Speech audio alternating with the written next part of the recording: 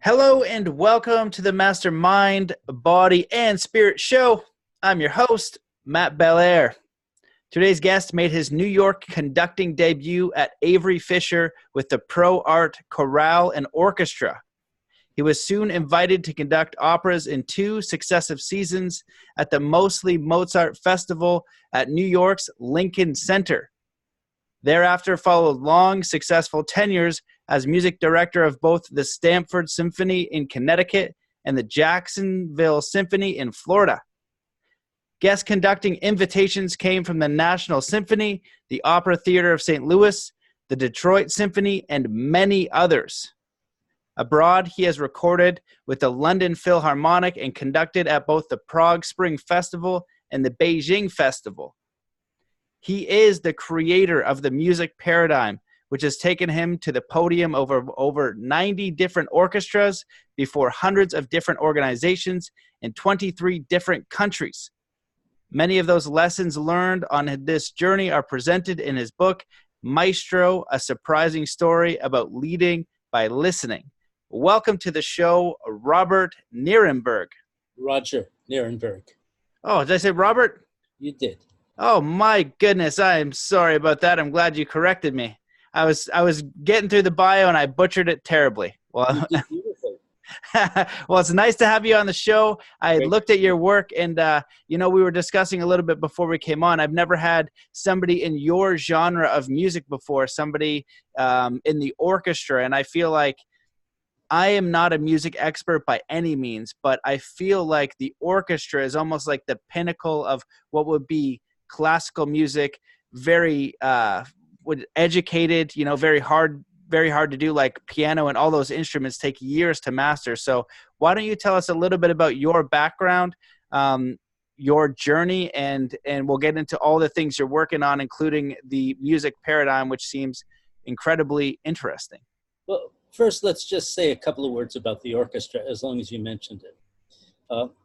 The orchestra is thrilling. It's a place where when I started playing in orchestras when I was in school, in high school, there was this electricity which I felt in my body that it was almost impossible for me to remain seated in the orchestra. The energy was so great. And so I don't think of the orchestra as something which is, particularly sophisticated or for the well-educated. I think of it as something which is just raw energy and emotion. But it also deals with subjects that are very deep and very profound. And so it changes your life. It changes the way you think about yourself. It changes the energy that you bring to every day. So when I discovered this as, even before my teens, I knew that was just what my life was going to be about. Amazing. Well, I have never been to a live show, but I've heard incredible things. So because I'm not so educated on it, why don't you tell me and the listeners just a little bit about like what you do? How do you get into that? What does the conductor do? I know it's obviously the most important part and I'm completely ignorant over here. So the more I understand your work, I want to go into what you're doing with the music paradigm and all that. I just know that it's important and I know very little about it. Well, I would like you to come to a music paradigm session because I invented it exactly for people like you. When I became a music director and I had 2 orchestras, it became painful to me to the realization that so many people feel blocked to this kind of music. They've never felt it. They don't know how to get into it. And so I began to ponder, is there a way that anybody can learn to feel the same experience that I felt? That was what I was looking for. And so I pondered it for many years. And then I designed this kind of learning experience. And I figured I want to put people where I fell in love with music myself. So I put my audience inside the orchestra, sitting amongst the musicians. That's where I felt that electricity. And then the other thing, because so many people feel a kind of inhibition about it, I wanted to change the subject. I didn't want it to be about music. I wanted it to be about something that people felt really strong. Because a lot of people, when you talk about classical music, already they feel weak. So I changed the subject to something that I thought people would be very interested in. I made it about people's careers. So, but in order to get the insights about their careers, they had to listen to the orchestra in a way that they hadn't listened to it before. So when I started doing this, and I did it for a business organization, I started getting this feedback. Like, this is the best leadership experience we've ever had. We've never learned so much so fast. And then I began to get engaged by organizations, large and small, but mostly very large. And within a half year of doing it, I was doing it for CEO meetings of Fortune 100 companies. And that was when I got the big feedback that this was important. This had real business value, which was a big surprise to me, because that wasn't really what I was after. But when I saw the effect that it had, and I saw how eager they were for it, I just sort of followed that opportunity.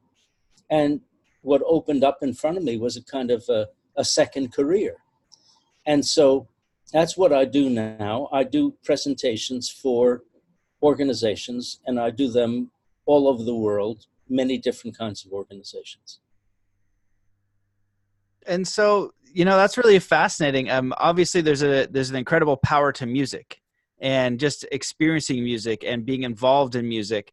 And can you walk us through like what an experience would be like, and why do you think it's being so beneficial? Why do you think it's having such an impact on these leaders and helping them, with their planning? And, there's all these benefits. Like, what are they experiencing, and what is it like to go through this process? Well, you asked a lot of interesting questions in that one question. So I'm going to talk about why I think it's so beneficial. Everybody has blind spots. And in business, the executives, but it's also true of the workforce, their own blind spots are the things that reduce the effectiveness of the work. And it tends to lead to conflict. It leads to lack of productivity. It leads to errors, and it slows things down. So intelligent business organizations are really trying to address this and to get their workforces working as well as possible.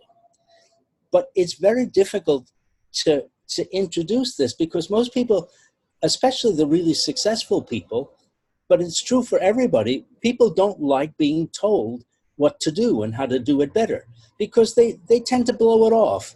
They tend to say, well, that's the leadership, and this is their flavor of the month, and in 5 years they're going to be gone, but I'm still going to be here, and I'll just wait that out. I'll do what I know is right. And so it's very difficult for an organization which is trying to keep up with the change of pace in today's world, because we know, look at how, we're broadcasting live on Facebook, are we, right? Facebook, 10, 12 years ago, it didn't exist. Today, it rules the world. And that's how fast things are changing. And who knows in 12 years or 10 years what things are going to be like. So business organizations are thinking about that, and they're trying to figure out, what do we have to become? And so they roll out these programs for their people, but their people have this attitude of, we're not taking this seriously. We're blowing this off because it's management. So what I do is, first of all, I take those very successful people who are so used to knowing how to do things and being the smartest and knowing the best, and I put them in a place where it's possible for them to feel like beginners. So I put them in the orchestra amongst the musicians. So now, unlike most of their lives, they don't know anything. And they don't really know what's going to happen. In addition to which, the musicians don't either, because it's an unscripted event. The musicians come, they rehearse with me for an hour, but I don't tell them what we're going to do. And then what happens is the orchestra plays a little bit, and I start introducing people to, to pay attention to some things that are going on here and there. But after a while, I start asking the orchestra to do role-playing exercises, to model a particular mindset or a particular behavior. And they hear what that behavior does to it, and then I switch the role play. I go generally from something that is not working particularly well to something that works incredibly well. And so then they hear the difference between the two, and they think, wow, this behavior really has an effect. Because one of the things that people get out of this is, in real life, things unfold so slowly that it's hard to make a connection between something that we do and the result that comes about eventually.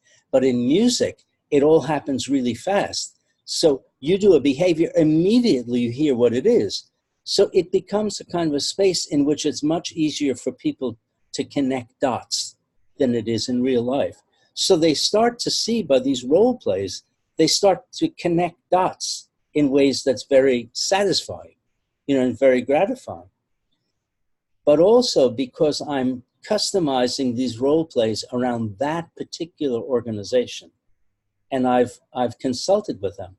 So I do role plays to grow spontaneously in the orchestra the issues that are happening in the organization itself, so that by listening to the orchestra, it begins to be like looking at a mirror, and you're seeing yourself. You're seeing yourself as you wish you could become, and then you're seeing yourself in ways that you don't want to own. You don't want to acknowledge that that's you. But it's so disarming, and nobody feels attacked, nobody feels threatened, because it's only about the orchestra and it's only about me. But everybody is making connections about themselves and their behavior. And then all of these kinds of lessons that people are deriving, it's coming on these waves of sound that people feel on their faces, and they feel their bones resonating, and they start to feel emotion, which is the reason that I invented it in the first place. And so these lessons about organizations, how to work effectively, they come with a huge emotional component. And so it's irresistible. It's just irresistible. Wow, man, that seems like a very fascinating experience. I want you to have it. I want you to come. I would like, yes.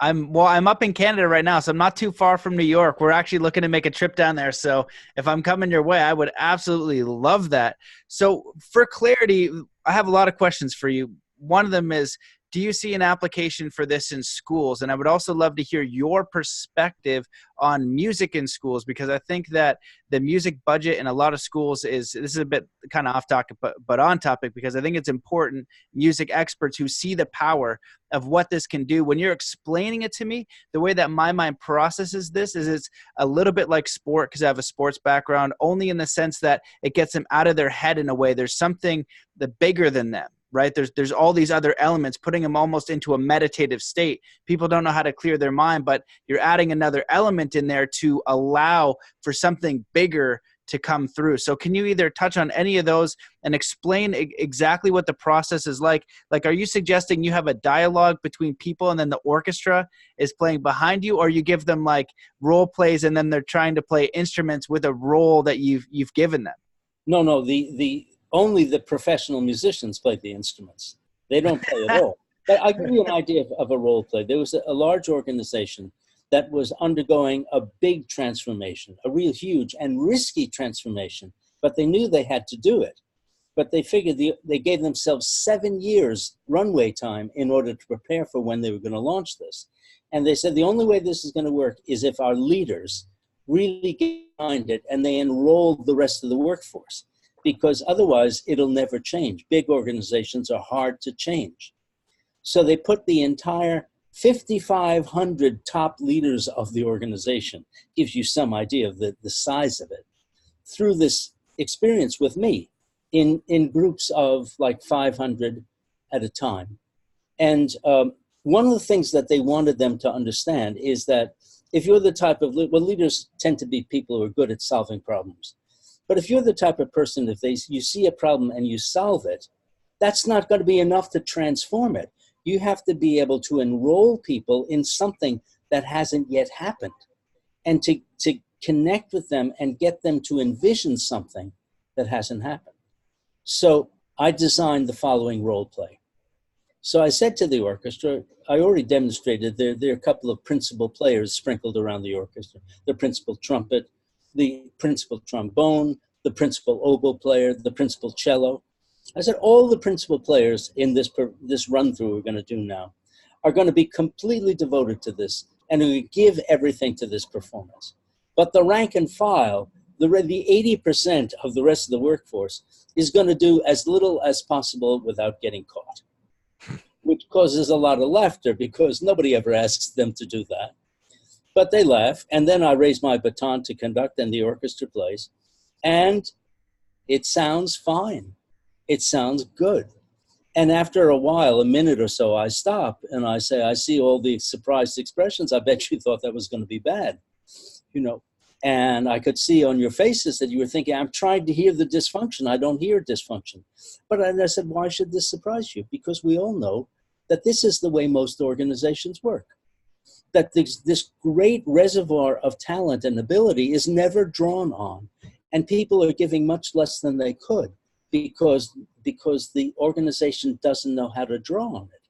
And you wouldn't even think that this was a dysfunction until you heard the following. What would this be like if every musician used everything you know to make this orchestra sound the way these people never imagined it could be? Well, that gets the musicians really motivated. And then we play the same passage, and the notes are the same, but the energy is so different. And people are like blown away by that difference. And they feel it in their body and in their spirit. And so after I stop, I say, this is a very challenging demonstration for any leader. Because if you're the type of leader who just, if something goes wrong, you fix it, you will never draw that kind of energy. It's only somebody who sees what could possibly be and then creates the circumstances so that other people could be brought into that will ever draw that kind of response. So that's really, it's very challenging for leaders to think about, well, what would I have to be in order to do that? That's just an example of the kind of role play that it is. But I invent them all the time, and I always customize every session for every client. So I'm going to go back to the first part of your question, unless you interrupt me. No, okay, so about music and schools. Well, of course, I owe the school system the fact, I am a musician because of the school music program, and I had a very good program in my junior high school and my high school. And so I think it's really important. I think that it's a terrible shame. I can't find the word strong enough for the way our society has veered away from investing in things that are really of long-standing value, and has embraced the quick fixes and the instant gratification kind of mindset. And I think that what I would like to be part of is a cultural shift that, and maybe I should incorporate this into the remarks that I make to them in the end after they've just been all softened up and they're all like really inspired. And I should say, you people have to get behind music in the schools. We need a big transformation for that. Yeah, 100%. And it sounds like a very fascinating experience, and very powerful and very unique. And I think that it does so many different things. I'm just thinking about it from a psychology perspective of putting somebody in a scenario that they're not familiar with. But one of the things I think it really does is it just shows through music and sound. And what you keep bringing up is like the emotion of it, you know, the difference in when we're emotionally engaged. And you even said, you know, bringing out the spirit. And I think that's the essence of music, is to bring out emotion and spirit and connection and something bigger. And if you're running a huge organization, that ideally is what you would love from your employees, is to have them of their own free will to want to engage. And if you could cultivate that in the work environment, you are really going for it. You know, in Olympic teams, they have that normally because they're competing as a unit and they're all on the same team. They're all essentially leaders. They all have equal play and say and influence in the result. Sometimes in an organization, it filters down and people can begin to feel less like their contribution isn't as big as they would hope, or maybe they don't feel as appreciated. So then they're starting to do the minimum and they kind of squeak by. But if you can inspire the maximum in your organization, it would be a truly transformational experience. So can you speak a little bit? Yeah, go ahead. A word about what you said. Of course, this is a very difficult message to convey, because if you say to people, you know, it would be so wonderful if we were all inspired. It would be so wonderful if everybody was giving everything they can. That just falls on deaf ears, because they've heard that before. You know, it's not going to affect them. But if they are sitting inside an orchestra and they've seen me give role play exercises in which the orchestra does not function, I mean, it doesn't fall apart, but it's not excellent. And then they've heard me shift the behavior, and then they hear the orchestra get excellent and they see the involvement of everybody. That leaves a picture in their mind of what that's like. And even though they're not playing, they feel like they're part of it. There was one guy who, in the discussion afterwards, he said, I felt like I wanted to grab one of those violins and do it myself, because they just feel very caught up in it. And that lasts. So that gives them a picture of, this is what we want to become. That's why I think it's more important than preaching at people. And in these sessions, I never preach anything. I never tell them anything. It's all a laboratory where they can discover it themselves. They see the insights, because the things that you've discovered yourself, you have much greater ownership than the things that somebody else told you.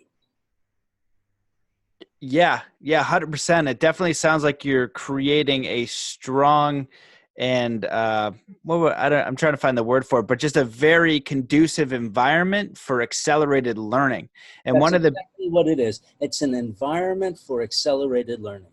Yeah, through the power of music. Sounds amazing. So what I'm curious about, like, you know, a lot of the listeners on the show, some of them are CEOs and things like that. A lot of them are just everyday people. And I'm just curious if you've learned some things about leadership and insight and all of this, I would just say around peak performance, leadership, organizational skills of big companies. It's a lot of money. Everyone's supposed to be a top performer. I'm just curious if someone's at home and they're looking to like take a step in their direction in their life to improve whatever they're doing. Maybe they're a little entrepreneur trying to get to a medium size. What have you learned about leadership and working with these people, even if it's from music, that they could apply to their lives to get a better result? Well, I've learned so many lessons, because what I do in my sessions is I customize the sessions around my clients. And what I before the session, I interview them and I say, so what success are you trying to bring about? If this was the greatest learning experience ever and the greatest learning that ever took place, what would happen? What would people be doing? So having that question answered hundreds of times by hundreds of clients, I begin to know a little bit more about what people are looking for. So I think, you know, part of the big problem in today is disruption. That what I mean by that is that things change and they change fast. Suddenly there's a new competitor on the scene or new technology on the scene, and everything has shifted.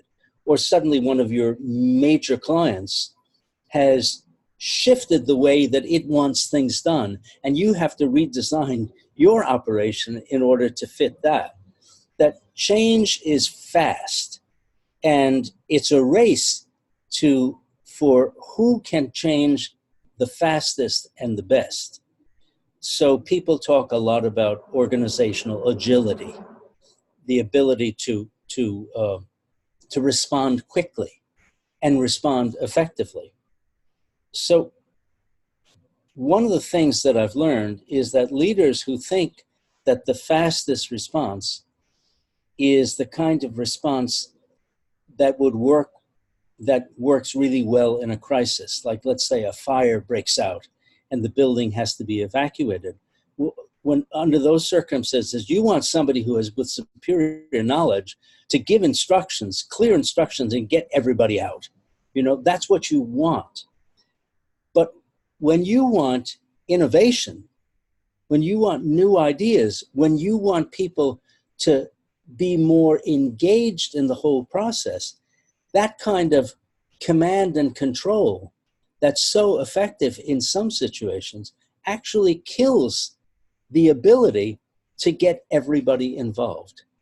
So in my sessions, I do a lot of exercises where the orchestra is asked to play without conductor. And then I ask them to change the way they do it and to make it sound different. And I give them directions, and the musicians on the spot, they have to figure out how to do this stuff.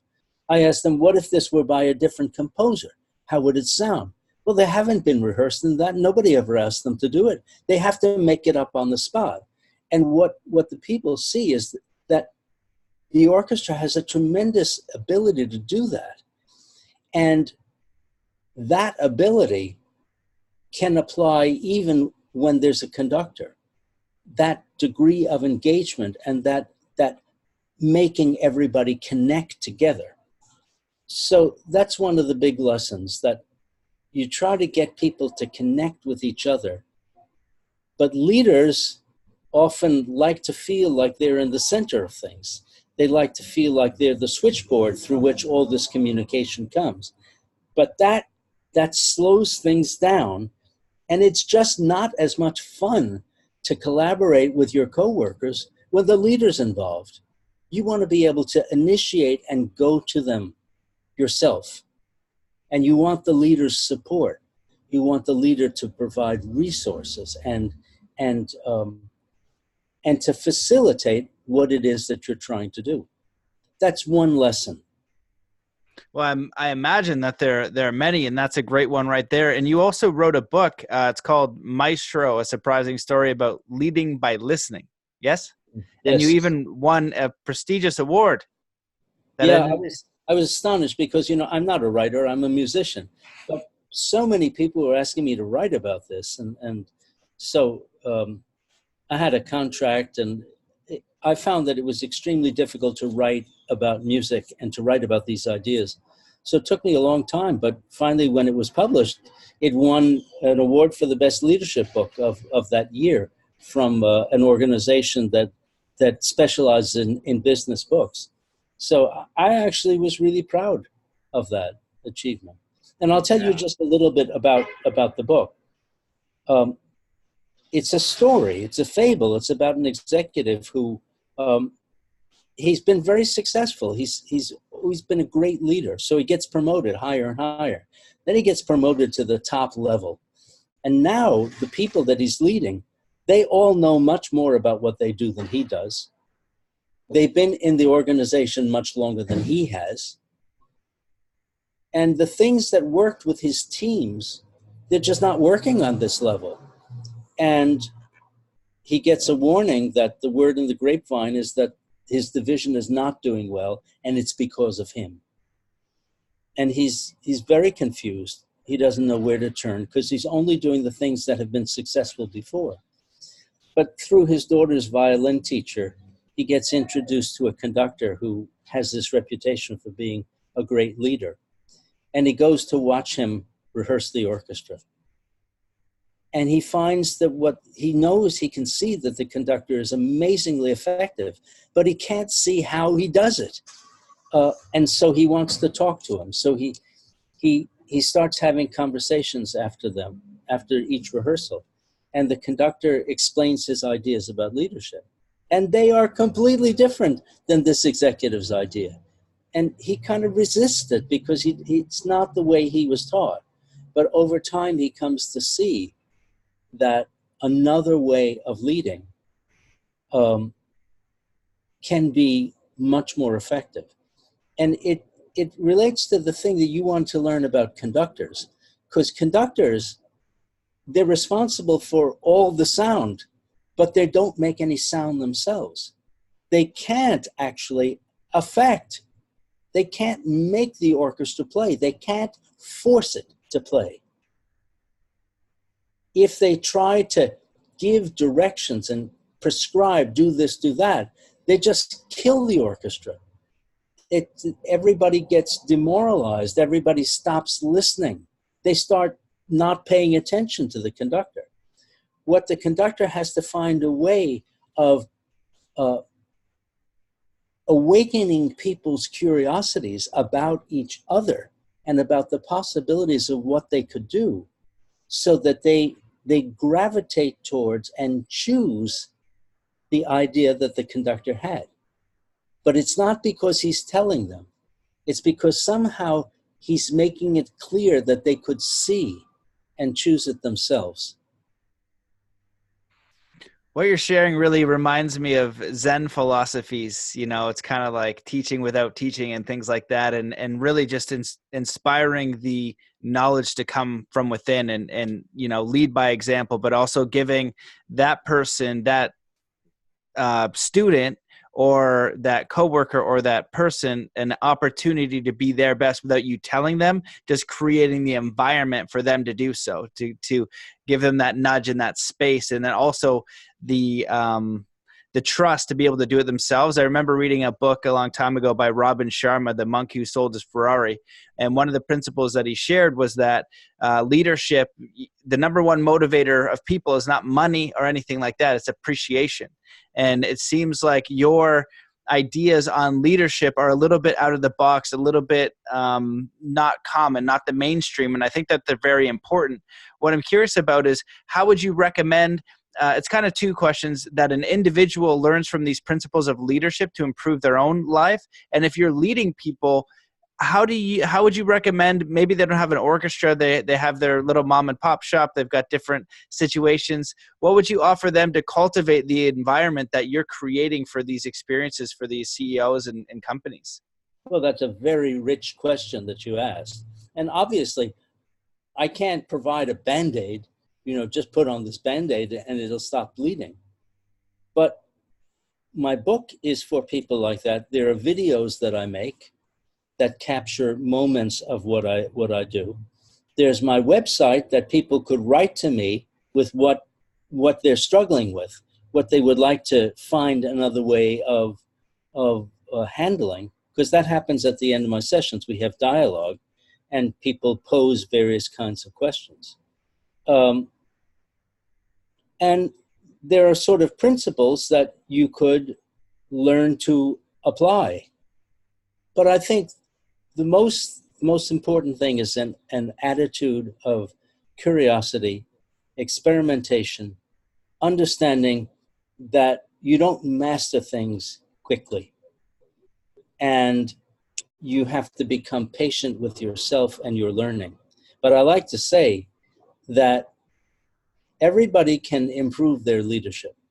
They may not be able to become the greatest leader ever, but they can definitely improve. And for the people who work under that leader, every tiny bit of improvement comes as a huge relief to them, because the leadership behavior is whipping them around, and little decisions that the leader makes turn into big adjustments that everybody has to make.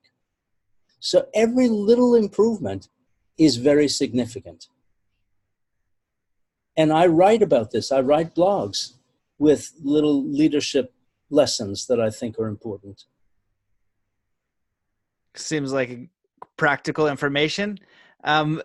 the other thing that I wanted to share our chat about is in the bio, it talked a little bit about vision. And I'm curious about the growing up in a music atmosphere and working with these companies because they all have a vision. Sometimes everybody's on the same page looking in the same direction. And I think that's when it's very powerful. You know, you've got your mission and you've got all these business things that you can do. A lot of the people that I work with, they haven't even thought about the vision for their own life. They don't know what they want. One of the first questions I ask is like, what do you want to do? What would you do if money were no object? What would you do if you knew you couldn't fail? How do you want to impact? So I'm curious if you could give some insights and suggestions for a person in their own journey to find their own vision from what you've learned and experienced.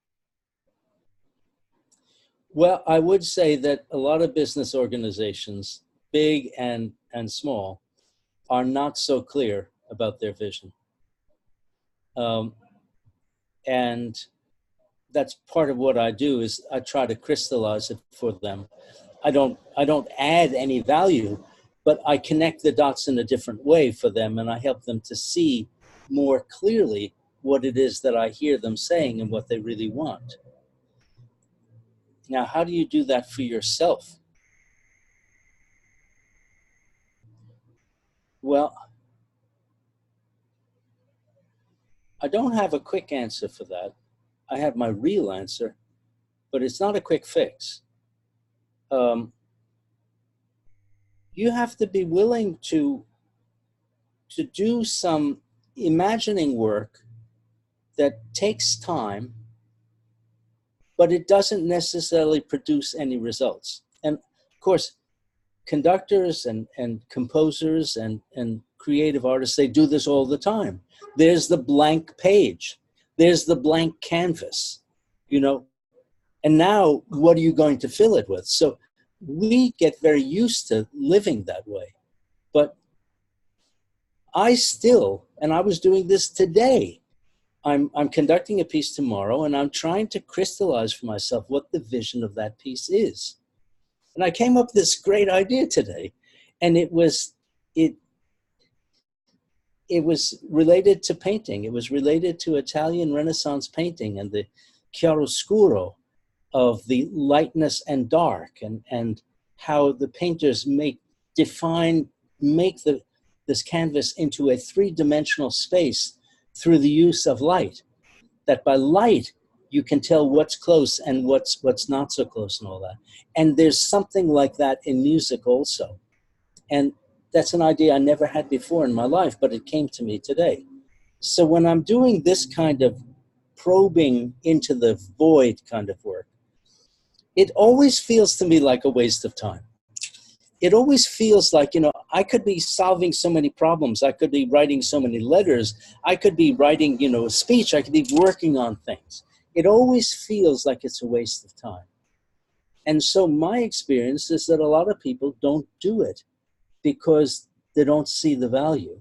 So if there was some advice that I would have for people, it would say, don't discount this kind of work that's creative and where you are imagining things that never happened before, that you've never seen before, that you go into a kind of a what-if space and you contemplate and you imagine that if you spend some time on that, in that space on a regular basis, things will start to change. But don't expect any encouragement from anybody else, because nobody will understand it or respect it. You have to have the strength to believe it yourself.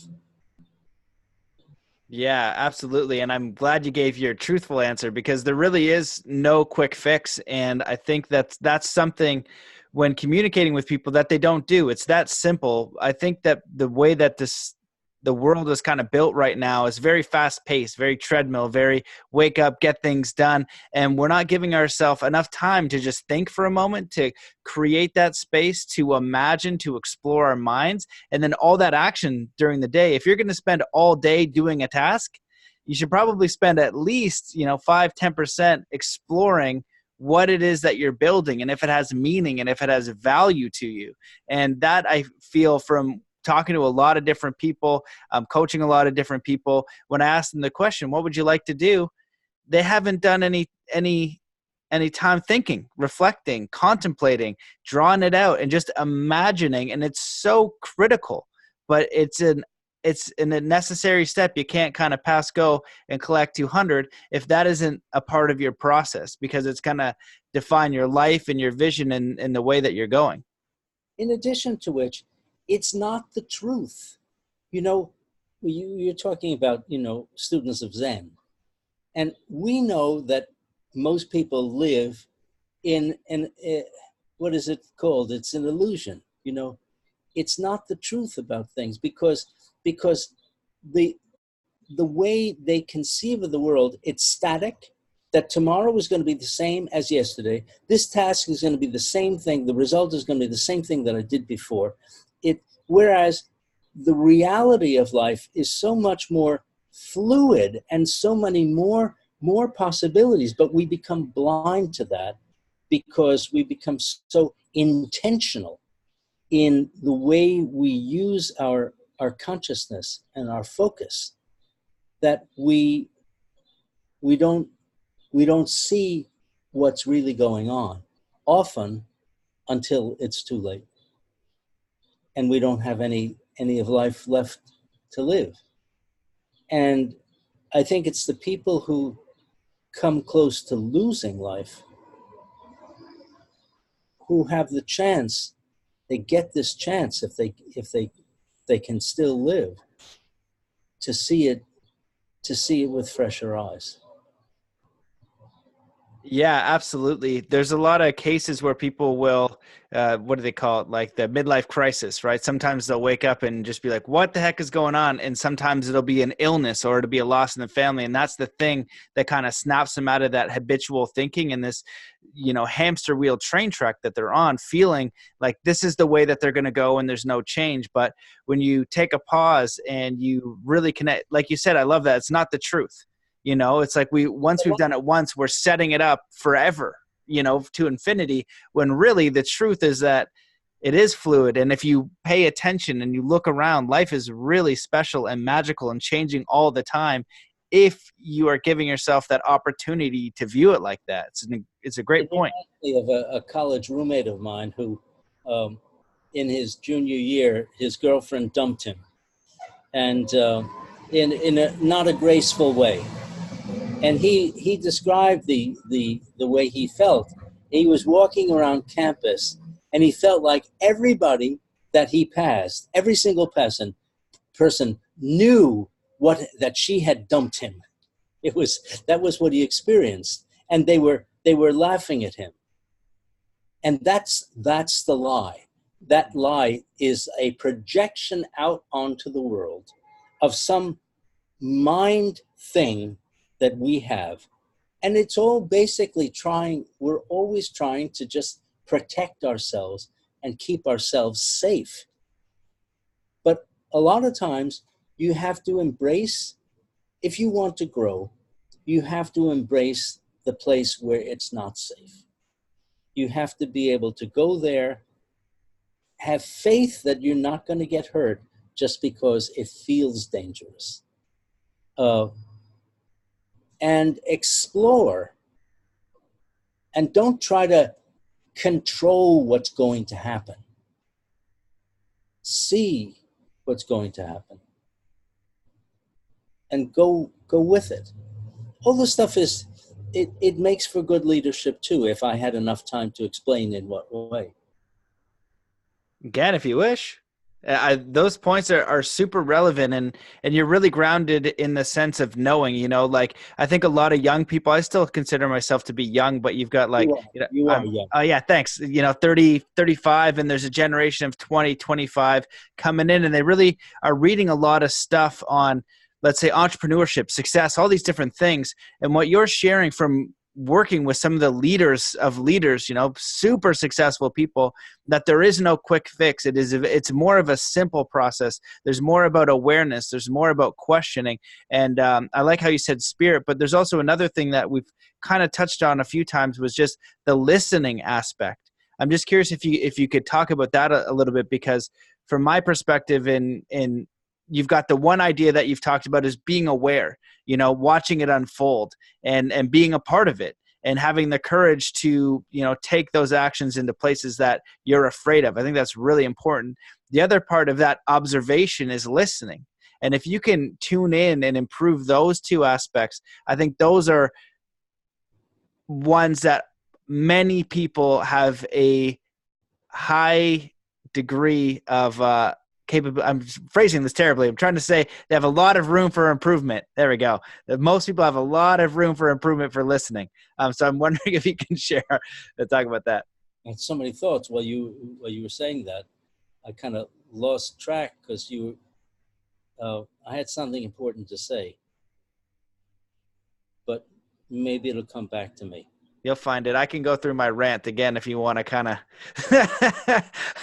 I got lost in my own mind, and I took you with me. Yeah, I was just talking about the importance of listening, observing when you're going. Yes. Well, I can certainly talk about that. Yes, please.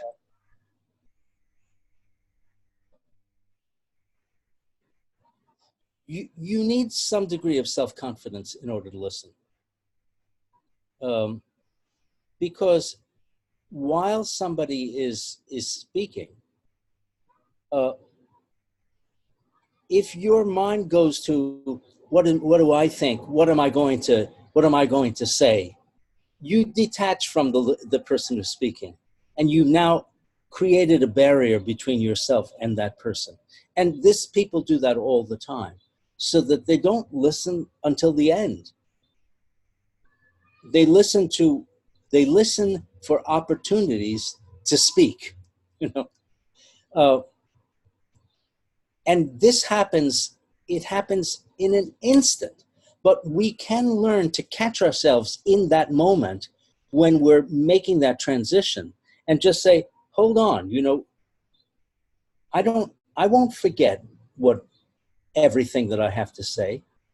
I can be confident that I'll find that, and just let me go with what's happening here. And let me focus my attention on that. Let me be curious about it. Let me come with questions and clarifications. And that's the act of listening.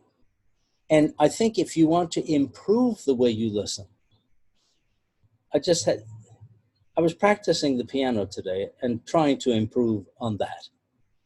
And what I discovered is that there's this tiny little piece of time where something has to happen and my hand has to get in the right place. But the practicing is about expanding that time and enlarging it, understanding that you can get a lot done in that little piece of time.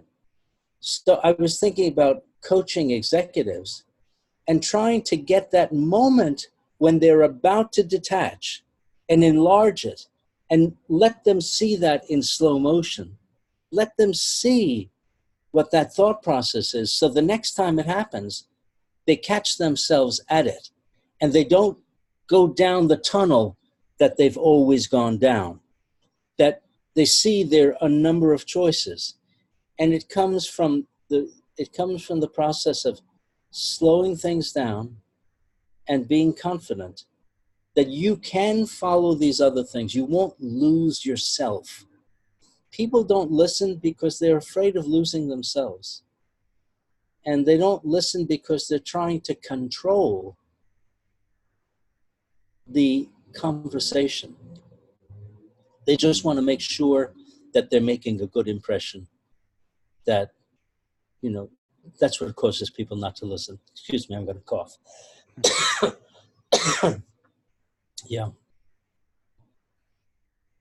Yeah, I agree with that. And it's interesting that you brought up the piano, because one of the things, I am going to be a father soon. So one of the things I remembered about, Congratulations. thank you very much, is the baby's womb. And I heard that if you play Mozart, it's supposed to be good for the brain development. And I've also heard that, and maybe you have a preferred person, but that, and also playing the piano as a very important thing for development. And I was just curious if you could speak on maybe those two things, but also just music in general, the importance of that and just learning it. Because I feel, for me, being a martial artist and having a physical background, I think that's very important. The one that I didn't really pick up was music, and in my later years, I'm going into it a little bit more. It's a slow learning process. I just feel like there's so much value there on all of these subtle things that and experience as a musician. You're a high level musician, and I don't think it's completely necessary to get all of those subtle lessons and information and knowledge you get from practicing music, from experiencing it, from what I've learned from martial arts. I know from the people who enjoy music that they're learning the same things that I've learned that are kind of intangible through music. So I'm wondering if you could maybe speak on that a little bit. You'll see with your child that, and by the way, it's incredibly exciting. You have the greatest time ahead for you. You'll see that music is the most natural impulse, and all children have it. And there's no inhibition about it. It's just the same way like movement and dance. And dance is rhythmic movement, so feeling rhythm in your body. And then speech is very musical also. Speech is full of rhythm. That's the way we get meaning in the speech, is through the rhythms that we make and the inflection and all that. It's, and that's the way I experience the world. I'm constantly listening to and observing the music around me. So I think that what people need to do is they need to have that kind of encouraged and accepted, and not to set this tremendously high bar about what music is supposed to be. It's the most natural thing. Some people are just incredibly gifted and they're very lucky, but everybody has some gift. And just like athletic ability, they're the great athletes and they're the ones we celebrate and all that. But everybody has some athletic ability, some coordination. How great it would be if that were cultivated and developed in everybody. They just become richer people, and they lead richer lives and more ways in which they interact with people and connect with them. And the same is absolutely true of music. So I would say, get your child into some kind of groups. There are musical groups for 1-year-olds and for 2-year-olds, and they're everywhere, and you can find them. And a lot of the people who run those things are very enlightened people. They're wonderful people, very creative, and the kind of people that you want to have in your life. Yeah, absolutely. You made a lot of great points. What I like is the idea that it's about the experience. You don't just play sports so you can, be the fastest or be the best. Skateboarding is a good, humble example of that, because skateboarding is just failure, and it's so freaking hard. And most of the time you're terrible, even when you're half decent. But music and art are the same way. And I think a lot of people don't go down those avenues because they think that their art needs to be good. They think that their music needs to be good, and they forget about the value of the experience and forget about the comparison. It's just the experience of those activities that really can add a lot of value to one's life experience, and a lot of information and knowledge that is very subtle and hard to kind of describe. It's just you're getting this confidence and this learning and this education through a medium that's enjoyable. And it's in addition to information, it's about the act of having one's attention absorbed in something. That's a great experience to cultivate, so that people know what that feels like. Children know what it feels like to become fascinated, to become so engaged that it's one of these experiences where time stops. And of course, that happens much more for children than it does for adults. We learn to inhibit that. There was a speech that I heard by a business consultant, in which he drew on the board. He had this stick figure. It looked sort of like a wheelbarrow, but it was all wrong. The front wheel was in the middle of the barrow, and the handles were way too long. It was all distorted. And he asked the class to just make random comments about it and for somebody to write them down. And within a couple of minutes, he had 50 comments. And then he sorted them into the ones that were judgmental, the ones that were neutral, and the ones that were judgmental. And then he sorted the ones that were positive and the ones that were negative. And there were 5 times as many negative comments as the positive ones. And he said, when you do this with children, it's the other way around, that there are 5 times more positive ones than negative ones. And what that means is that the way the way we are educated and the way we learn to become adults is to develop critical thinking. And it's very important. But what it means is that we're very expert at killing and criticizing things. And he said, if you come up with a creative idea, you're going to have to work 10 times harder to get people to embrace it because of this critical faculty. So I think that music, if you don't ruin it for people, it's a creative space. It's a natural space in which you can lose yourself and expand your capability to concentrate. And all that, all this stuff that I'm doing, all these leadership lessons and everything, it all comes in that space. And I keep it very non-judgmental. Nobody ever feels in that room with me, feels anything other than supported and listened to and taken seriously. And there we are listening to this thing. And I don't mention the name of the composer. I don't identify it. I don't want people to start putting on their cognitive, judgmental hats. I want to keep it in this zone of unknown. And I think that's part of the reason that this learning is so different from other kinds of training and why it's so difficult to explain to people. Yeah, man, absolutely. Well, what you're talking about there is cultivating attention. And so many people know that they say, meditation is good for you. You should meditate. And so many people are like, Matt, how do you meditate? And, there's a lot of different ways you can meditate. And you don't have to meditate. Anything that takes your attention to that degree is meditation. You can do it through music. You can do it through art. You can do it through sport. If you are fully involved and you're not thinking about the grocery list or the limiting beliefs you have, or you're beating yourself up, that is meditation, and you can cultivate that experience. And once you begin to enter that space, what it feels like. You can start to go into that space deliberately.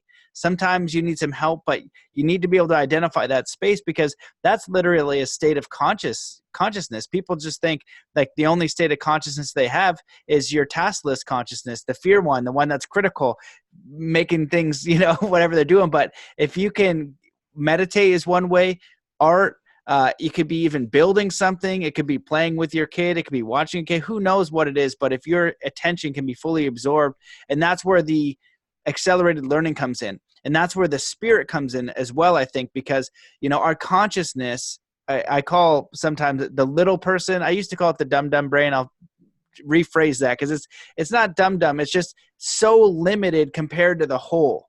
What our consciousness is able to receive as far as information on what is actually happening is so tiny, and it is distorted from all of our beliefs and all of our fears and all of the things that have happened. But when you can move out of that space and become fully engaged, whether through music and the experiences that you create, whether through meditation or art or some other experience, that is when you're starting to access the spirit in yourself, the spirit around you, what you want to call God force or whatever. And that's where insights drop in, because you've moved out of the way and allowed more information. You've kind of opened yourself up to something greater. So I don't know if you want to comment on that. I would love to do a music paradigm session for a meditation group, or for some kind of people who are, trying to develop their consciousness, or their, there's a better word for that. What's the word? It's not your consciousness, it's your presence, your ability to be present. I've always been asked to do it by business organizations that want to have better communication and better collaboration, all that. I'd love to do it for a group where the goal is, to attain a higher level of spirituality. Oh yeah, I think you'd get great results. And if you did EEG scans and what you'd be able to do with the brainwave scans, I guarantee using music and what you would do would allow the person to go into different states of mind quite easily. I'll sign up. If you do it, I'll definitely sign up. This has been a pleasure. You're so grounded and wise, and I know you're such a accomplished musician, but so humble. And I appreciate you with your patience and me not really understanding so much about that side of music. But you're such an incredible human, but so grounded. That's really what I felt this whole time. Just a very grounded, wise, compassionate individual. So thank you so much for all of the insights you've shared, and anything that you wish that I'd asked or that you want to leave the listeners with. Well, I just want to say that I got a thrill out of this conversation. I was inspired by it. So thank you for that. Wow, my pleasure. Well, where can people, and I appreciate that, it's very kind. Where can people find more about you, your work, and is there anything that you want to leave the listeners with before we go? My website is musicparadigm.com, and there's lots of stuff to see there. I don't write many blogs because I try to perfect them, and I want them to be really good. So I don't write a blog. I don't post a blog unless I believe in it. But the ones that are there, there's value in that. And then there are videos, and then there are many things to be found there. And that's the portal through which you can find me and send me questions or comments. Perfect. And is that musicparadigm.com or themusicparadigm.com? It's musicparadigm.com. Right on. Well, Roger, thank you so much for coming on. I appreciate you and your work. I hope that I'm able to experience one of these. What do you call them? What do you call those things? Just a session? Yeah. Well, I'm going to think of it in my mind as a magical accelerated learning music session. I hope to experience one day. Well, they're very funny. In addition to everything else, there's a lot of laughing going on.